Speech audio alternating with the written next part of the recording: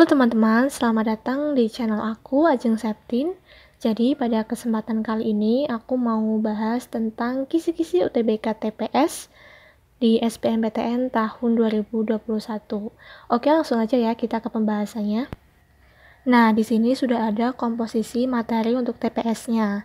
Yang pertama itu ada penalaran umum. Di penalaran umum ini ada 2 bacaan yang diikuti oleh 14 soal dan 6 soal itu penalaran kuantitatif atau matematika dasar ya. Jadi semuanya itu ada 20 soal. Untuk alokasi waktunya itu dalam satuan menit ada 35 menit. Yang kedua itu ada pemahaman bacaan dan menulis atau PBM. Di PBM ini sama ada 20 soal yaitu 3 bacaan yang diikuti oleh 20 soal. Waktunya itu 25 menit. Yang ketiga itu ada pengetahuan dan pemahaman umum. Nah, di pengetahuan dan pemahaman umum ini ada 3 bacaan bahasa Indonesia dengan jumlah 12 soal dan 2 bacaan bahasa Inggris dengan diikuti oleh 8 soal. Jadi semuanya ada 20 soal. Dan di PPU ini ada 2 jenis bahasa ya, yaitu bahasa Indonesia dan juga bahasa Inggris. Nah, untuk alokasi waktunya itu 25 menit. Yang terakhir ada pengetahuan kuantitatif. Di pengetahuan kuantitatif ini ada 20 soal pengetahuan kuantitatif. Untuk alokasi waktunya itu 35 menit. Jadi untuk TPS alokasi waktu keseluruhan itu ada 120 menit atau 2 jam ya. Selain komposisi materi TPS tadi, aku juga udah rangkumin apa aja yang sering keluar di setiap subtesnya. Nah, yang pertama ini ada subtes penalaran umum. Di penalaran umum ini akan sering ditampilkan soal yang berkaitan dengan teks bacaan, tentang tabel, tentang diagram, dan juga tentang grafik. Oke, selain itu juga teman-teman disuruh untuk memilih pernyataan yang benar di setiap paragraf tertentu dalam sebuah teks, grafik, tabel, dan diagram. Selain itu juga teman-teman memilih pernyataan yang paling mungkin benar sesuai isi teks atau grafik, tabel, dan juga diagram. Jadi di kesimpulan materi yang pertama dan kedua ini, teman-teman itu harus menemukan pernyataan yang sesuai dengan paragraf yang ditentukan, misal paragraf 1 atau 2 atau 3 bahkan gitu. Nah, untuk informasinya itu biasanya tersurat atau tertulis di teks, jadi teman-teman teliti ya. Yang ketiga itu menganalisis data berupa grafik, tabel, atau diagram yang terdapat dalam teks. Selanjutnya memilih kesimpulan yang paling benar. Jadi teman-teman itu disuruh menyimpulkan misalkan kesimpulan dari paragraf 1 itu apa. Dan di situ biasanya tuh pilihannya mengecoh ya. Jadi teman-teman tuh harus emang benar-benar teliti, fokus, konsentrasi baca soalnya. Selain itu, teman-teman juga harus menganalisis sebab akibat, kemudian menarik kesimpulan yang paling mungkin benar sesuai konteks atau wacana teks. Ya, jadi sama ya, menarik kesimpulan gitu. Selanjutnya, menganalisis dan menjawab soal berdasarkan data yang telah disediakan. Jadi, di penalaran umum ini sebenarnya kuncinya itu teman-teman harus tenang, baca soalnya dulu, baru ke teksnya atau ke bacaannya, bahkan grafik atau diagramnya. Jadi yang pertama intinya itu harus baca soalnya dulu, pahami soalnya itu tanyanya kemana gitu, baru mencari jawaban di teksnya. Yang kedua itu pahami setiap kata yang ada, kemudian cobalah masing-masing katanya itu dianalisis kandungan maknanya. Sama ya seperti tadi. Jadi teman-teman tuh harus tahu inti pertanyaannya tuh kemana gitu. Jangan sampai nggak paham pertanyaannya. Karena kalau nggak paham pertanyaannya nanti jawabnya pun bisa salah gitu. Dan yang ketiga itu teman-teman harus fokus. Karena biasanya di penalaran umum ini jawabannya itu antara A, B, C, D, E itu biasanya mengecoh dan sama. Jadi teman-teman tuh harus benar-benar konsentrasi bacanya gitu. Oke, selanjutnya itu ada subtes pemahaman bacaan dan menulis. Di subtes ini biasanya soalnya itu berupa tata bahasa Indonesia yang benar gitu. Jadi dalam subtes pemahaman bacaan dan menulis itu erat kaitannya dengan PUEB. Nah, soal-soalnya itu bentuknya biasanya untuk disuruh menentukan judul bacaan.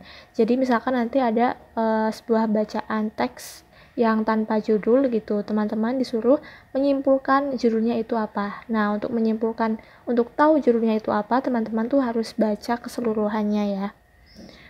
Selanjutnya itu menentukan kata yang paling tepat untuk melengkapi penggalan kalimat atau paragraf. Jadi nanti dalam sebuah paragraf itu ada kata atau kalimat yang rumpang, teman-teman tuh harus melengkapinya.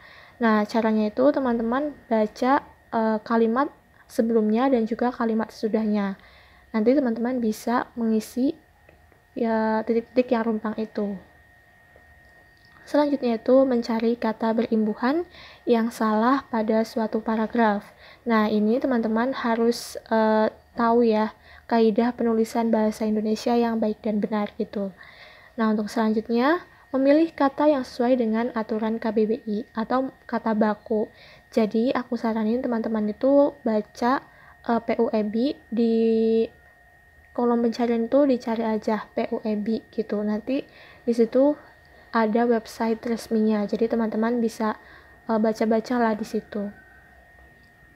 Nah, untuk mengerjakan pemahaman bacaan dan menulis, teman-teman itu ada kuncinya loh. Kuncinya apa aja?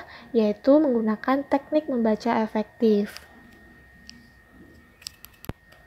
Membaca efektif itu apa? Membaca efektif itu adalah bagaimana cara kita supaya kita bisa membaca dengan cepat dan memahami bacaan dengan baik. Selain membaca efektif, teman-teman juga bisa mengaplikasikan teknik membaca skimming. Skimming ini yaitu teknik yang berguna untuk menjawab soal seperti apakah topik utama pada teks tersebut. Biasanya ini digunakan di pengetahuan umum ya, penalaran umum yang tadi itu yang pertama. Nah, skimming ini adalah teknik membaca untuk menemukan gagasan atau inti utama pada bacaan secara keseluruhan. Selanjutnya yaitu teman-teman fokus. Ini memang yang paling penting gitu. Jangan terkacau dengan seperti suara AC atau suara batuk temannya di sebelahnya gitu. Teman-teman tuh harus fokus, pikirannya itu harus ke soal dan teks pertanyaannya gitu. Yang selanjutnya teman-teman seharusnya sebelum tes itu seperti yang tadi udah aku sampaikan, yaitu teman-teman membaca KBBI dan juga PUEB gitu. Oke, selanjutnya ada subtes pengetahuan dan pemahaman umum. Nah, di pengetahuan dan pemahaman umum ini bentuk soalnya itu ada 2 jenis, dikemas dalam 2 jenis bahasa ya, yaitu bahasa Indonesia dan juga bahasa Inggris. Maka dari itu hal-hal yang teman-teman perlukan itu yaitu yang pertama PUEB dan juga kamus bahasa Inggris. Tapi kalau ngafalin kamus itu kan nggak mungkin ya, jadi teman-teman bisa mempersiapkannya itu dengan cara latihan soal bahasa Inggris, misalkan nonton film bahasa Inggris, itu biasanya bisa menambah wawasan kosakatanya gitu. Oke, kita bahas yang bahasa Indonesia dulu ya. Di soal bahasa Indonesia pengetahuan dan pemahaman umum itu biasanya teman-teman disuruh untuk mencari gagasan utama. Selanjutnya menentukan kata baku dan menentukan tanda baca yang benar. Ini seperti rada mirip ya dengan tadi yang PBM. Maka dari itu hal yang diperlukan yaitu PUEB. Nah, caranya untuk bisa menyelesaikan pengetahuan dan pemahaman umum subtes bahasa Indonesianya itu ada kuncinya. Kuncinya itu membaca soalnya terlebih dahulu dan tinggalkan dulu bacaannya. Sama ya, di setiap subtes sebenarnya kayak gitu sih, baca soalnya dulu baru ke bacaannya gitu. Nah, selanjutnya cari tahu inti pembahasan dengan menerapkan metode membaca efektif. Tambah skimming ya, membaca skimming yang tadi udah aku sampaikan gitu. Yang ketiga itu cermati hubungan antar kalimat atau paragrafnya. Nah, intinya itu teman-teman fokus ya. Fokus lagi, konsentrasi gitu. Itu emang hal yang paling penting dalam mengerjakan soal itu ya, konsentrasi dan fokus. Nah, selanjutnya itu kan tadi ada yang bahasa Inggrisnya ya. Nah, sebenarnya tuh dalam bahasa Inggris soalnya itu sama seperti yang misalkan mencari gagasan utama, menemukan informasi yang tersirat, mencari judulnya tuh sebaiknya apa kayak gitu. Tapi kan dikemas dalam bahasa Inggris ya. Jadi ada beberapa siswa atau anak yang nggak tahu arti katanya, maka dari itu tuh yang membuat susah gitu. Kalau misalkan itu soal diterjemahkan dalam bahasa Indonesia, pasti ya gampang lah kayak gitu. Susahnya itu karena nggak tahu artinya ya. Nah, maka dari itu aku tuh mau ngasih kunci mengerjakan PPU bagian bahasa Inggris ini. Oke, yang pertama itu membaca soalnya terlebih dahulu. Ya, sama ya. Lalu cari tahu apa yang ditanyakan oleh soal. Jadi teman-teman tuh harus tahu arti soal itu tuh mengarah kemana, minta jawaban yang seperti apa gitu. Selanjutnya, membaca kalimat awal dan akhir paragraf yang ditanyakan, lalu temukan informasi yang sama. Nah, cara ini tuh digunakan apabila disuruh mencari kalimat utama atau gagasan utama dalam sebuah teks atau paragraf gitu. Selanjutnya, menemukan kata kunci atau keywords pada teks lalu simpulan maknanya. Ini apabila disuruh mencari kesimpulan. Jadi teman-teman tuh harus tahu kata kunci teks tersebut itu membahas tentang apa gitu. Lalu cari tahu kata yang punya makna yang sama atau yang sering muncul. Ini tuh biasa digunakan untuk mencari kesimpulan ya. Nah, yang terakhir itu teman-teman harus selalu menggunakan point of view dari penulisan teks.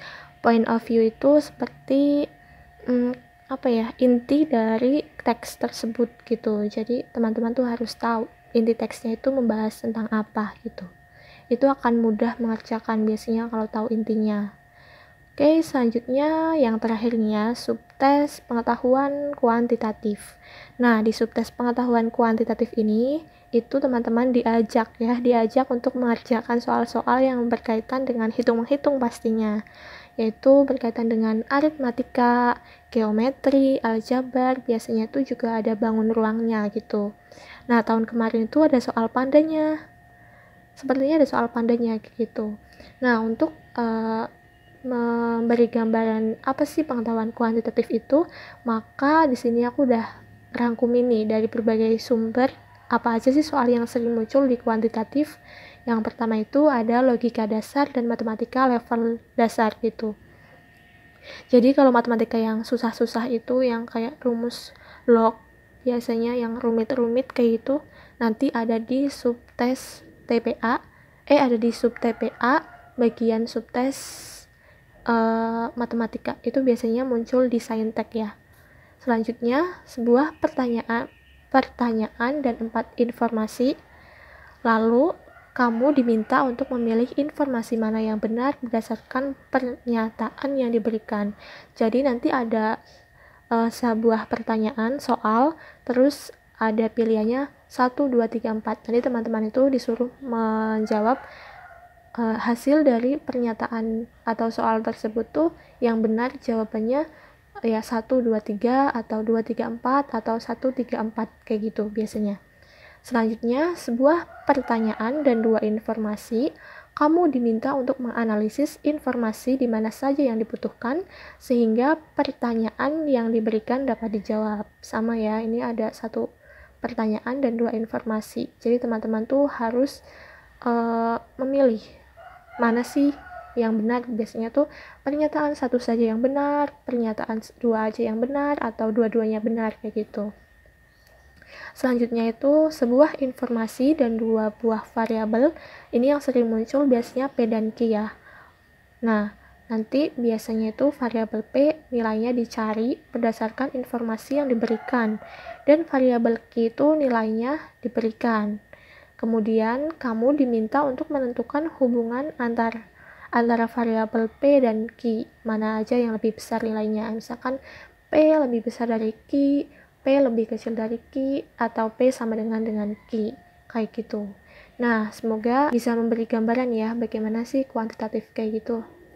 Nah, di sini juga ada kunci mengerjakan pengetahuan kuantitatif, yaitu yang pertama, pahami dulu konsep dasarnya agar teman-teman tuh bisa mengerjakan soal yang ditampilkan dengan tepat dan cepat gitu.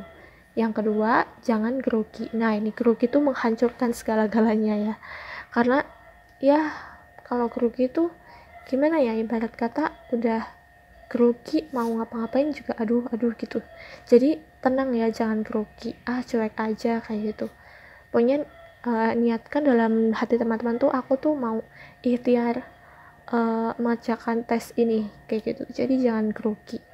Selanjutnya tuh perhatikan waktu. Nah ini nih sedikit sharing ya.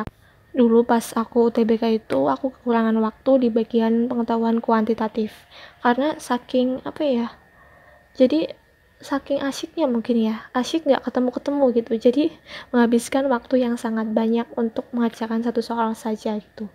Karena kemarin itu aku tinggal beberapa detik itu ada 5 soal yang belum aku kerjain, akhirnya aku tuh ngeblok gitu.